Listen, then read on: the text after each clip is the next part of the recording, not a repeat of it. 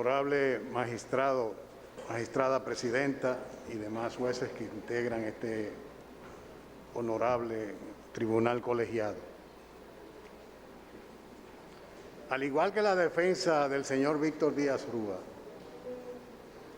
desde un primer momento la defensa de Tommy Alberto Galán ha expresado no tener ningún temor, y subrayamos, absolutamente ningún temor de ninguna prueba de las que han sido presentadas y hasta ahora admitidas durante el proceso de la etapa intermedia. Fueron admitidas y eventualmente podrían ser incorporadas y nosotros seguiríamos sin tener temor. Y no es el momento de explicar por qué, porque ya sería en otra etapa del proceso, pero sí le brindamos al tribunal y a la sociedad dominicana la seguridad. Rechazada. La objeción continúe, abogado. De que no tenemos absolutamente ningún temor al respecto. Obviamente, para nosotros hacer un juicio a la incorporación de las delaciones premiadas, y especialmente las que conciernen al interés de la defensa de Tommy Alberto Galán, debemos hacer un juicio de una sana crítica a su incorporación, y para hacerlo resulta necesario, como siempre que se razona en derecho, contextualizar por qué es improcedente la incorporación de esa prueba, cómo surge esa prueba. Y obviamente, sin necesidad de entrar en Honduras, a manera de titulares, solamente podemos decir que el proceso nace en una investigación sencilla, que en principio no vinculaba a Odebrecht, que duró del año 2008 al 2014 en absoluto secreto, y que desde ese secreto, precisamente una delación premiada eficaz, porque una cosa es el concepto de delación premiada, hacemos la distinción porque a veces son un premio, y otra cosa es el concepto de una delación eficaz. Una delación eficaz, en principio, debe ser premiada. Pero para que la delación eficaz sea premiada, requiere cumplir previamente con el requisito de la eficacia. Entonces, este proceso estuvo gravitando sobre la sociedad brasileña durante un largo tiempo, siendo del interés exclusivo de Brasil, no tuvo ninguna trascendencia internacional. Porque en principio era una investigación de lavado. Pero eventos la fueron llevando al descubrimiento de una estructura oligopólica que concentraba las principales constructoras brasileñas y sus ejecutivos, y eso fue derivando, y ya no vamos a entrar en esos aspectos, en un agravamiento del proceso. Pero al salir a relucir esa estructura oligopólica que concentraba el uso de los recursos del Bandes en Brasil, en beneficio de un grupito. Ese evento llamó la atención de las autoridades norteamericanas porque esa compañía cotiza en bolsa y eso le daba competencia. Entonces, ocurre que en ese contexto se produce ese documento, ese acuerdo de lenidad, los acuerdos que se fueron produciendo tanto en Brasil como en los Estados Unidos, y en ese contexto las autoridades norteamericanas y los ejecutivos de Odebrecht acuerdan comenzar a producir una concatenación de delaciones premiadas tendentes a lograr la premiación de Odebrecht.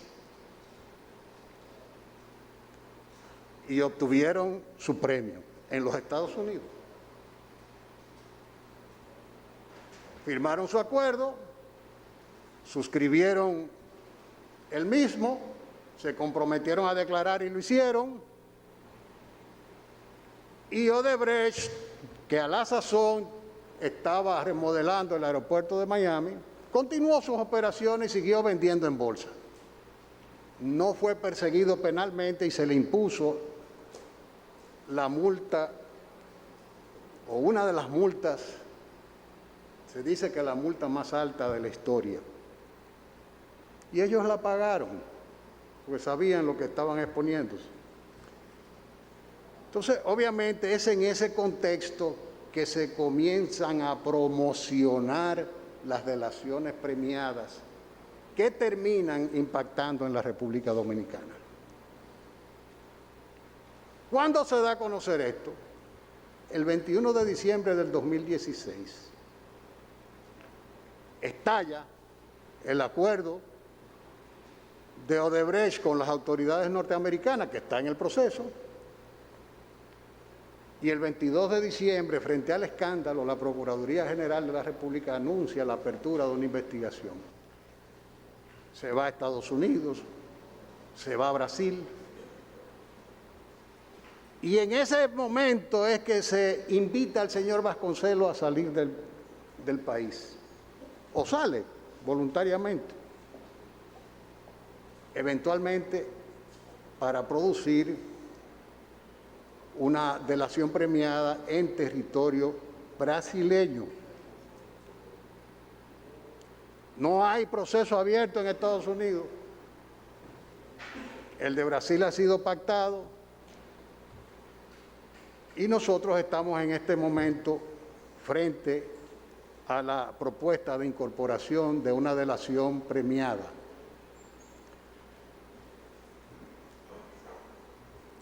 En ese contexto, el tribunal, en una sentencia reciente, el lunes pasado, hizo una distinción interesante de qué es una prueba admitida, todas las que están aquí, que están en la resolución 005, son pruebas debidamente admitidas. Y el tribunal nos explicó claramente que estábamos en un juicio de incorporación, llamémosle así. En ese sentido, resulta incluso interesante y necesario que en este caso nos concentremos en la determinación de lo que el tribunal ha dicho que es. Para incorporar una prueba es necesario establecer su legalidad y su constitucionalidad, que son los únicos modos de evitar su incorporación. Y en eso estamos. Pero resulta, magistradas, que todos los argumentos que han sido esgrimidos desde la semana pasada a este lunes fueron debidamente propuestos ante la etapa precluida. Yo diría que, aunque no es el objeto, Nosotros nos vamos a dirigir estrictamente a la imposibilidad, a nuestro modo de ver, de la incorporación de esta prueba. Aunque no es el objeto, sí resulta importante saber cómo una prueba así, como lo vamos a ver en este momento, fue admitida. Porque ni debió ser admitida, ni debe ser incorporada, y mucho menos valorada, suponiendo que fuere eventualmente incorporada. Se admitió primero porque, conforme al criterio, la prueba reposa en un tinglado normativo sustentado en el artículo 26 de la Constitución de la República. El artículo 26 de la Constitución de la República se refiere a la vocación internacionalista y de cooperación internacional del Estado Dominicano. En resumen, para no leerlo. Y se refiere también, como parte de ese tinglado normativo, la Convención de las Naciones Unidas contra la Corrupción, o sea, la Resolución 58-4/2003. Sobre esas bases, se ha entendido, contrario al criterio de fiscales, incluso brasileños, nosotros vimos en el programa de Alicia Ortega un fiscal brasileño expresando la mala suerte del proceso para el Ministerio Público por el hecho de que no existía un acuerdo binacional entre República Dominicana y Brasil. Sin embargo, nosotros llegamos incluso hasta solidarizarnos con el criterio de que la normativa internacional, aunque no existe el acuerdo bilateral, puede servir de sustento. Pero también en su momento se entendió, frente a los alegatos que se han estado haciendo aquí, que esa pieza no requería de homologación de un juez. Porque, aunque no existía formalmente un acuerdo de cooperación internacional entre República Dominicana y Brasil, sí se llegó a suscribir un acuerdo de cooperación en lo que respecta al caso entre la Procuraduría Regional de Brasil y la Procuraduría General de la República, lo cual, admitido en un tribunal,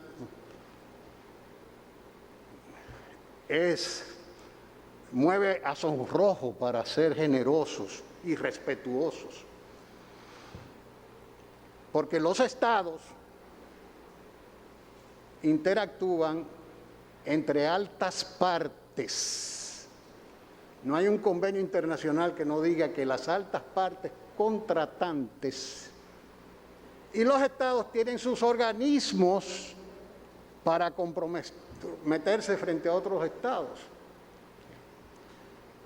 Y que un tribunal admita que la Procuraduría General de la República pueda suscribir un órgano, un acuerdo de cooperación en un caso específico con un órgano extranjero que no forma parte del Estado federal, porque es una Procuraduría regional, no sabe cómo es que los estados se vinculan. Porque igual que un estado no puede suscribir, a menos que sea un protocolo social, con una provincia, de la misma manera, tampoco es posible que aquí se venga a validar un acuerdo con una Procuraduría regional. Pero eso no es lo más importante, magistrados. Se nos aduce durante todo el debate que ha transcurrido que el medio de que un juez no haya homologado la delación premiada carece de eficacia. Y se consigna incluso que carece de eficacia porque las mismas no son en sí mismas un acuerdo,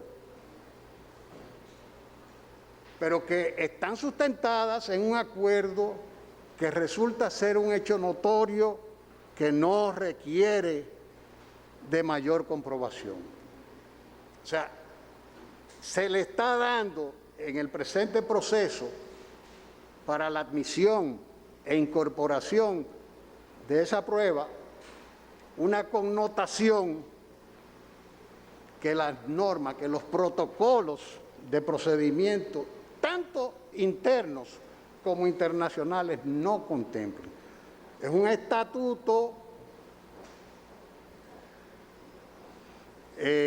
monstruoso de la concepción del hecho notorio, sobre todo en una sociedad una comunidad internacional que tiene incluso una convención para regular la entrega de paquetes. Eso del correo está regulado internacionalmente. Imagínense ustedes que tenemos el acuerdo de la apostilla para hacer valer documentos fehacientes, etcétera, etcétera, etcétera. Se ha menospreciado también en el curso del proceso la ausencia de la firma, bajo el alegato de que consisten en pruebas trasladadas que provienen de otro proceso y de otro país. Como si las delaciones que se están tratando de incorporar se trataran de tributaciones de procesos brasileños al proceso dominicano. Y resulta que cada proceso tiene su naturaleza, tiene su demanda probatoria. Y algunas veces puede ocurrir que la cooperación internacional gire en torno a que sea servida o tributada una prueba producida en un proceso extranjero, pero también puede ser que se trate de un requerimiento de producción de una prueba en el extranjero. Son dos métodos, magistrada, dos. Pero aquí, para la admisión de esta prueba, se consideró que bastaba con el hecho de que eso se produjo en un proceso extranjero y, para vergüenza nuestra, como país, un tribunal estableció que se podía inferir que el hecho de que viniera acompañada de una copia certificada, una comunicación que se certificó, bastaba, porque venía anexo a copias apostilladas de la comunicación de la Procuraduría General de Brasil. Corrijo, Procuraduría Regional de Brasil, y eso debe jugar un papel en este proceso. Se menospreció, magistradas, la necesidad de que esa prueba sea consagrada en la República Dominicana mediante una ley. Y eso se hizo considerando que se podía admitir bajo el principio de libertad de prueba consagrada por el artículo 170 del Código Procesal Penal, salvo prohibición expresa. Hasta ahora la prueba está admitida y también ha sido menospreciado para ello el hecho de que su admisión conlleva la violación de los principios de oralidad y de contradicción, que son los más graves. y que en la República Dominicana tienen naturaleza constitucional y que además a la luz del derecho internacional que tiene rango constitucional en la República Dominicana, también más allá del Código Procesal Penal. Entonces, la respuesta a ese argumento, bueno, son pruebas documentales, son de naturaleza humana, material indeleble, de procedencia humana, comprensible y con eficacia probatoria. Y sobre esa base se manipula el artículo 312 del Código de Procedimiento Penal y el artículo 19 de la Resolución 3869 de 2006, porque si bien se cita una parte de la misma, se omite el literal D de dicho artículo.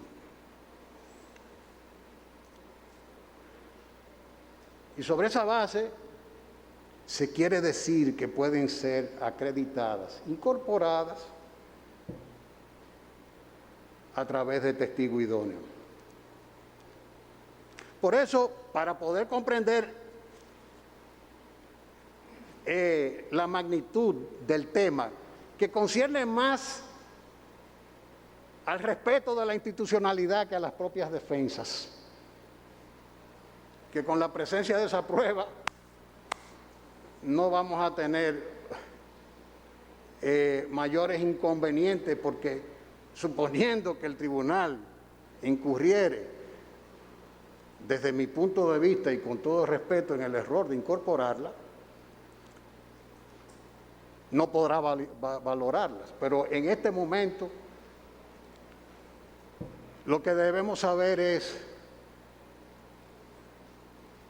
cómo debemos ver esta prueba transportada, a la luz de qué derecho, cómo la mira el derecho internacional. Ciertamente, tal como se expresara, existe una convención de las Naciones Unidas que versa sobre la corrupción, la Convención contra la Corrupción, que es la Resolución 58-4/2003. Esta incentiva y regula la cooperación internacional frente al crimen transnacional.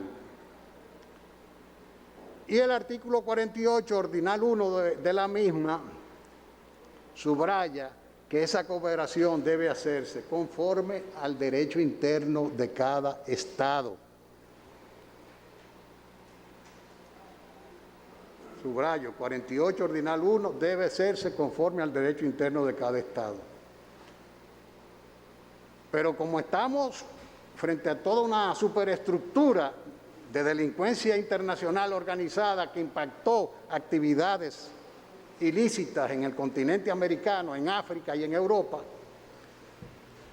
está la Convención de Palermo sobre delincuencia organizada transnacional, la 55-25-2000, que repite el concepto de la cooperación internacional en el artículo 26, ordinal 5, pero nos lleva a una respuesta a la siguiente pregunta: ¿cuál es el derecho aplicable en la cooperación internacional?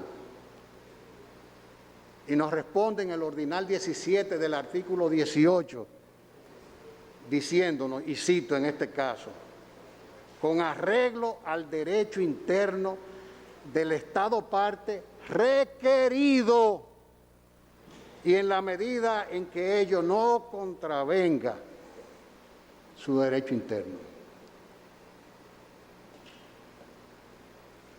Pero el criterio es del parecer de la defensa de Tommy Galán.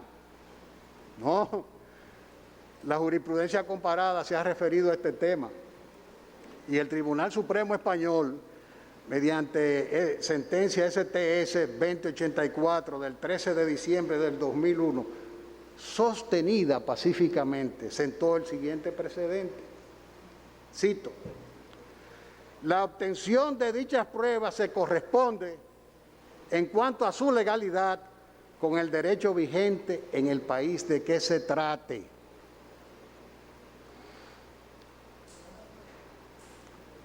De manera, magistradas, que tenemos que concluir que el derecho aplicable, el que os toca evaluar respecto a esta decisión, no es más y nada menos que la Ley 12.850 de la República Federativa de Brasil. Y el artículo 4 de dicha ley, del 2 de agosto del 2013, se refiere a la colaboración eficaz o premiada y establece cuáles son los requisitos de validez en Brasil, que son los que debió ocuparse el Ministerio Público. Requiere, en primer lugar, que la delación sea efectiva, o sea, que sea verdadera, que no sea una quimera, que no sea dudosa o que no sea una declaración de naturaleza nominal. Requiere que la declaración debe ser voluntaria. Requiere que debe ser eficaz y que se le presuponga utilidad pública. Y requiere que devenga en resultados concretos. Y finalmente, requiere que sea homologada por un juez. ¿Qué ocurre con la declaración del señor Vasconcelos? Que es la que nos interesa fundamentalmente, pero ocurre con las demás. No está firmada.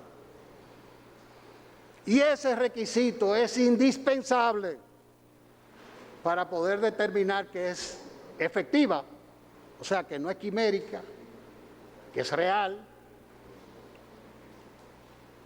para determinar su verdadera existencia. Y es indispensable la firma para determinar el carácter voluntario. Sin firma no hay voluntad del declarante. Pero también carece de eficacia, porque es un manojo de imprecisiones. Es un manojo de imprecisiones. No aporta. Magistradas, el programa de Alicia Ortega, por lo menos supimos, ¿no? La sociedad dominicana se enteró que aquí hay codinomes vinculados a la República Dominicana, como un tal Alemán, un Chacabana, etcétera. La acusación no dice que ninguno de esos señores tenga un codinome en el sistema Drowsys, ni lo dice esa prueba tampoco, que era la llamada a establecerlo. De manera, magistrada, que todo eso hace que la prueba carezca de utilidad, y para poder valorar su incorporación ustedes van a tener que calibrar ese aspecto. Porque carece de utilidad para el interés público, que era saber quién es Chacabana, quién es Alemán, quién es fulano de tal, como hemos dicho en otras veces, como ocurrió en el proceso de Brasil. Que el señor Jorge Barata le declaró a los fiscales peruanos que fueron a Brasil, donde estaban los abogados de las partes, incluido el abogado del difunto presidente Alan García, que participaron de la parte que fue posible participar, garantizándose contradicción, y ahí le dijeron fulano es fulano, y el dinero se transfirió aquí, hasta ir a parar a esta cuenta del ministro, etcétera. De manera que a todo eso, magistrada, se suma también que no hay una homologación del juez. Todos son requisitos indispensables, honorables magistrados. Y esos requisitos no se intuyen, o para usar la palabra que usó el juez instructor, no pueden ser inferidos como él lo entendió. Y él se pudo lavar las manos, pero el tribunal está como tribunal de inmediación plena, está en una situación de decidir. Pero la doctrina, también pacífica en este sentido, se ha referido sobre las pruebas transportadas que han sido obtenidas transgrediendo las leyes, la legalidad del Estado requerido, que en este caso en la especie se trata del Estado brasileño. Y citamos al profesor Barja de Quiroga en su Tratado de Derecho Procesal Penal, tomo 1, página 1635, que dice: la prueba también ha de ser considerada ilegalmente obtenida y por consiguiente inadmisible. O sea que estamos frente a una prueba rediviva, como Lázaro. La instrucción le dijo: levántate, Lázaro, y aquí la tenemos viva. Entonces estamos frente al dilema. Si compramos el discurso de que estamos frente a un documento o frente a una declaración, es un documento indeleble, de procedencia humana, como se dijo. No, magistrada. La semana pasada el tribunal nos tomó la palabra cuando nos rechazó un recurso de oposición y el tribunal nos dijo claramente, y tal como expresó la defensa del senador, del señor Tommy Alberto Galán, ciertamente la definición nominal de un documento no lo dice su título, sino su contenido. La naturaleza del documento está determinada por el contenido del documento. Recuerdo que el Ministerio Público hasta rebatió diciendo: aquí no se podrá presentar un acto de nacimiento en lo de adelante, porque entonces eso es una declaración. Es una declaración y como tal tiene valor declarativo y es un documento público. Es algo diferente a lo que se llama una deposición para ser usada en un tribunal. Entonces el tribunal se verá frente al documento y tendrá que valorar ese aspecto. Pero seguimos con el profesor Barja de Quiroga,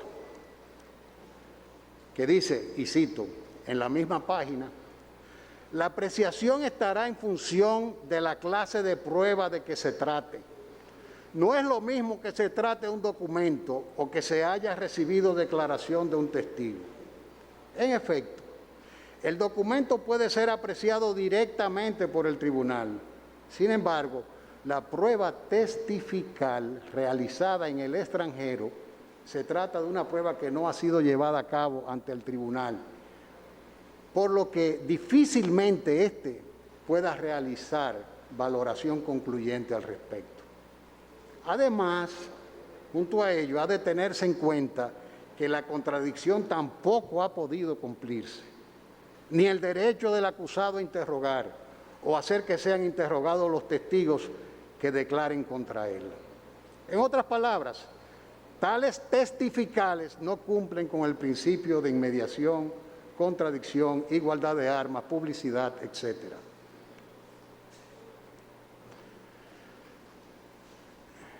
De manera que el documento mismo está sujeto a juicio de legalidad.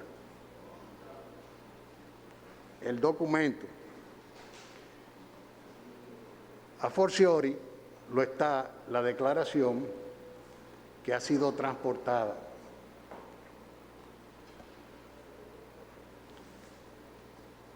Nosotros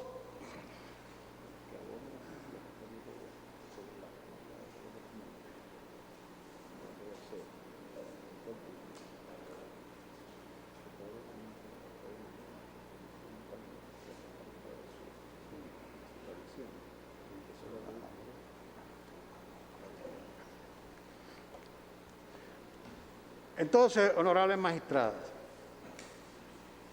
vosotras si nos llevamos de que el ordinal 17 del artículo 18 de la Convención de Palermo os dice que tenéis que valorar la incorporación que tenéis ante vosotros a la luz del derecho brasileño, vais a tener que evaluar necesariamente si tiene algún tipo de eficacia y de interés para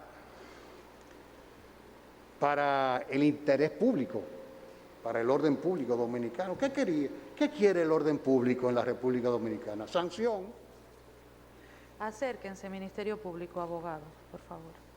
Y usted también, que me imagino que va a hablar, ¿verdad? Sí.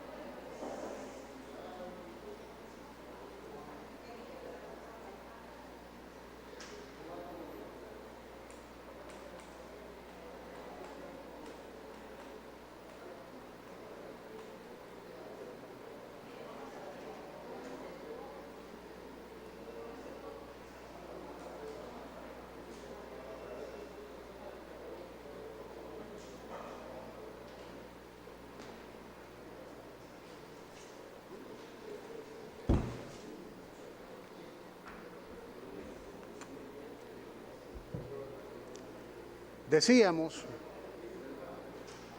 ¿qué le interesa al orden público dominicano? Establecer sanciones. Para establecer sanciones tiene que haber eficacias y eso no se puede lograr con una prueba que parte de la presunción de que intuye, uso esa palabra, intuye, que el dinero que recibía el señor Rondón era para soborno. Intuye. Ya con eso resumo la prueba. No me voy a referir a nada más. De manera que sobre esas bases y el contenido de esa prueba, que para hacer prueba debe estar sujeta a corroboración,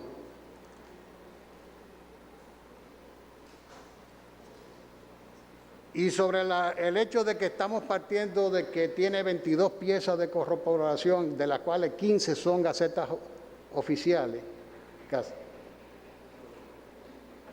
notas de periódicos y fotos de eventos sociales en los que aparece el señor Rondón, etcétera. Ninguna de ellas conducen a establecer la ruta del dinero del soborno. De manera que el tribunal tendrá que verse frente a su precedente y frente a la prueba, en el sentido de que la naturaleza del documento la evidencia su contenido. Todo lo que hemos dicho, honorable magistrado, ya para ir terminando, implica que la admisión en la etapa precluida y la posible incorporación de esta prueba constituye una rebelión imperdonable al sistema de garantías establecido constitucionalmente en la República, en la República Dominicana. Constituiría, y ahí me sumo a una crítica constructiva del sistema, a la admisión de un rol instrumental del aparato jurisdiccional. El que quiera el Ministerio Público, un aparato jurisdiccional súcubo, que le zurza sus errores, sus excesos Rechazada la objeción. Continúa. y sus debilidades. ¿Frente a qué estamos, magistradas? Esa visión se resume en una frase: el fin justifica los medios. Aquí se ha dicho en este podio, frente a cualquier adversidad, que cualquier adversidad de una decisión es una jurisprudencia de impunidad. Así, el fin no justifica los medios. Y eso se conoce por la doctrina a través del estudio de la teoría de la proporcionalidad de los bienes jurídicos o de la limitación de la limitación, que en la República Dominicana es inconstitucional, porque el artículo 68 de la Constitución pone a cargo de la Constitución la garantía a través de los sujetos obligados, que es el sistema, de todos los derechos fundamentales. De manera que, en resumen,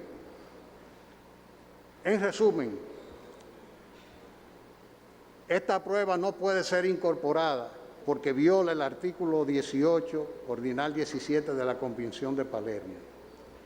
Viola el artículo 11 de la Declaración Universal de los Derechos Humanos, que plantea la presunción de inocencia y el derecho a un juicio público en el que se hayan asegurado todas las garantías necesarias para su defensa. Viola la Convención Americana de Derechos Humanos en su artículo 8, ordinal 2, específicamente en lo que concierne al principio de igualdad y en este caso el principio de igualdad de partes. Viola el artículo 8, ordinal 2F de dicha convención, que establece el derecho de la defensa a interrogar a los testigos. Viola el artículo 8, ordinal 2.5, que establece que el proceso penal debe ser público, y en este caso no hubo publicidad en lo que respecta a esa prueba. Porque tanto en Brasil como en la República Dominicana están garantizados el principio de la legalidad de la prueba, el juicio oral público y contradictorio, el de la tutela judicial efectiva y la garantía del debido proceso. De manera que no en vano el artículo 68 pone a cargo de la Constitución la garantía de los derechos fundamentales. No en vano. Y por eso los sujetos obligados de ambos estados estaban en la obligación de darle cumplimiento a la Ley 12.850 de Brasil.